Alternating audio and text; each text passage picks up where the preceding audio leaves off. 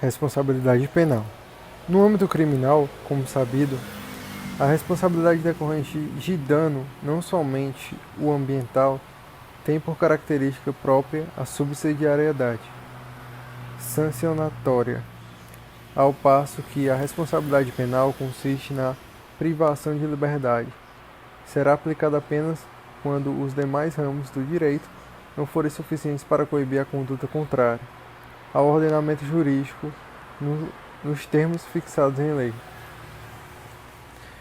Fiorillo 2018 arduz que é preciso se fazer uma distinção entre o ilícito civil e penal.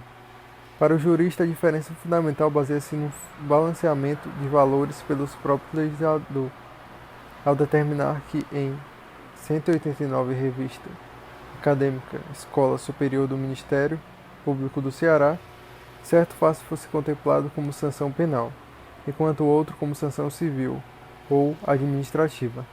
Traduz-se numa apreciação decorrente dos aspectos sociais e materiais que resultam na consideração de determinada conduta como menos ou mais grave, de acordo com sua repercussão e necessidade de intervenção estatal mais severa. Também defende que toda e qualquer conduta lesiva ao meio ambiente deveria ser considerada como um ato ilícito e importar uma pena. Todavia, como se trata de política criminal, estas situações devem ser evitadas, pois são um mal não apenas ao delinquente, mas também ao Estado, pois gerará gastos que podem muitas vezes ser dispensados, como a não aplicação da pena. Portanto, aí no caso a gente pode analisar esse fato como um dos fatores que deixam o meio ambiente desprotegido, porque o fato do direito ambiental, no caso, para punir os infratores, não buscar meios penais, certo? Tentar evitar meios penais faz com que a punição seja menos severa. Isso ocasiona uma flexibilidade na infringência dessas regras jurídicas. Por este motivo, e também pela falta dos meios adequados para que seja aplicada corretamente a sanção penal ambiental, ela só é exercida quando há uma ofensa à segurança de toda uma coletividade, segundo o princípio da intervenção mínima do Estado. Só haverá responsabilidade penal quando a civil se mostrar ineficaz para a proteção da norma legal. Para que saiba se devem ser aplicadas as normas referentes ao ato ilícito, civil ou penal, deverão ser analisadas as circunstâncias do fato, como a época dos acontecimentos, o alarde social e a potencialidade do dano objetivo. O inciso 3 do artigo 225 da Constituição Federal destaca que as condutas e atividades lesivas ao meio ambiente serão responsabilizadas administrativamente e penalmente. Enquadra nesta categoria como sujeitos ativos tais atos e condutas, não apenas as pessoas físicas, mas também sobre a possibilidade de responsabilização das pessoas jurídicas. Então, no caso, a gente pode ser punido tanto as pessoas físicas como as pessoas jurídicas, em âmbito penal. A lei específica do artigo 2º define que os sujeitos ativos de crimes ambientais serão todos aqueles que concorreram, de qualquer forma, podendo ser diretamente ou indiretamente, certo? Na medida da culpabilidade de cada agente. Também serão sujeitos ativos o diretor, o administrador, o membro do conselho do órgão técnico, o auditor, o gerente. No caso, todos os dirigentes que estão envolvidos direto ou indiretamente com o crime ambiental.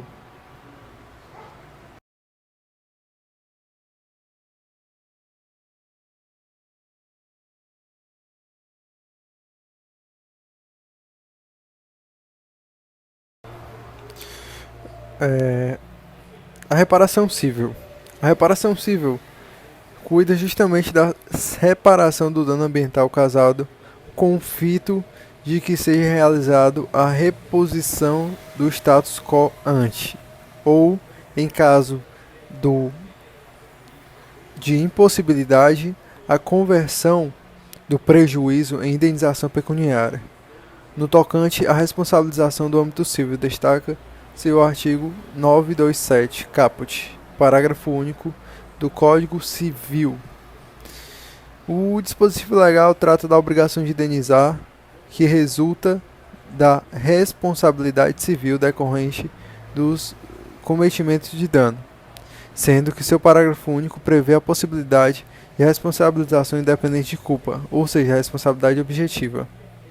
Milaré, 2013, arduz que, no direito civil, a responsabilidade contratual é redigida pelo princípio clássico extra da responsabilidade aquiliana ou subjetiva, em que se leva em consideração a culpa ou o dolo do agente que causou o dano. Destarte, com a expansão das atividades econômicas da sociedade de risco, que reflete a utilização desmedida de recursos naturais e do consumo em massa. O diploma civilista entendeu o clamor social de endurecer as regras de responsabilidade no âmbito ambiental, o que resultou na confecção do artigo supracitado. A responsabilização também está prevista no artigo 14, inciso 1, da Lei 6.938 de 81. Neste termo, inciso 1, sem obstar a aplicação das penalidades previstas neste artigo, é poluidor obrigado, independentemente da existência de culpa, indenizar ou reparar os danos causados ao meio ambiente e a terceiros afetados por sua atividade.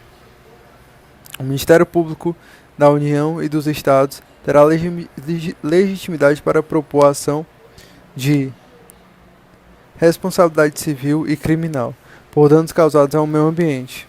Desse modo, a lei que trata do PNMA advoga pela necessidade de que o poluidor, independente de culpa, seja responsabilizado. A 184, indenizar ou reparar os danos cometidos, de modo que cabe ao Ministério Público o poder de propor a ação reparatória cabível.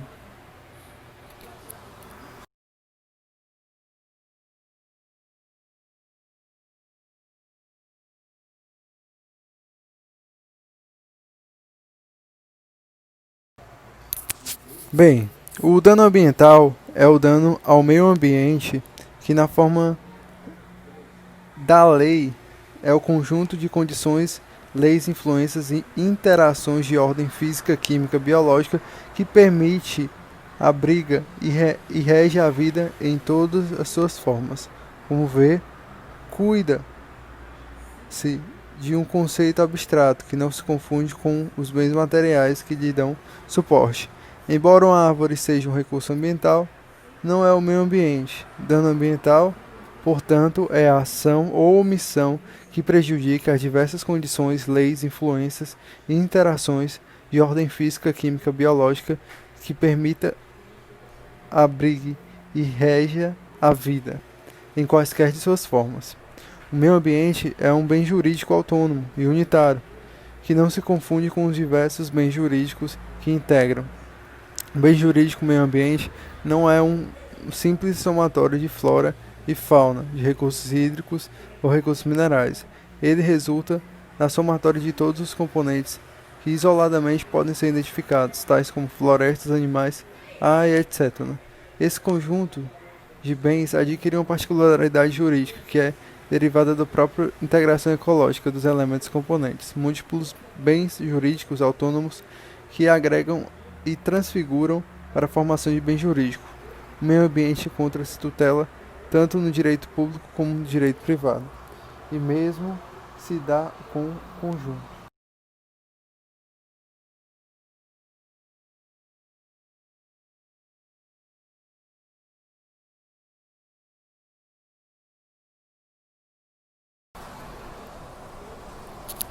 A reparação do dano ambiental.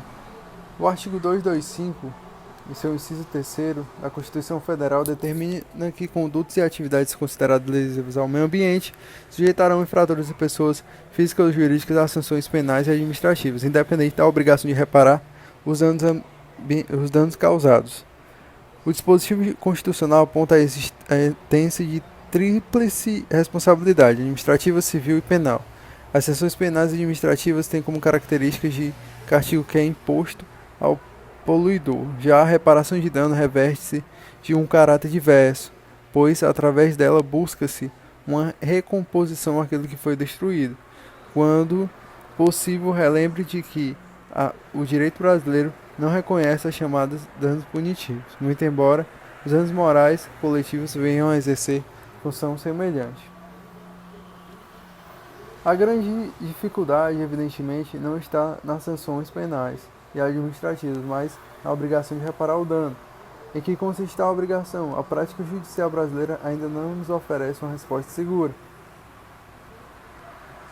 Isso dificulta muito, no caso, a reparação do dano, certo? Porque geralmente o dano ambiental ele é até punido, mas o que dificulta muito é a reparação dele, porque geralmente é complicado, leva anos, milhares de anos para restaurar uma floresta desmatada ou tentar tirar óleo de um mar poluído. É uma coisa que leva muito tempo, então isso faz com que seja muito difícil a reparação do dano.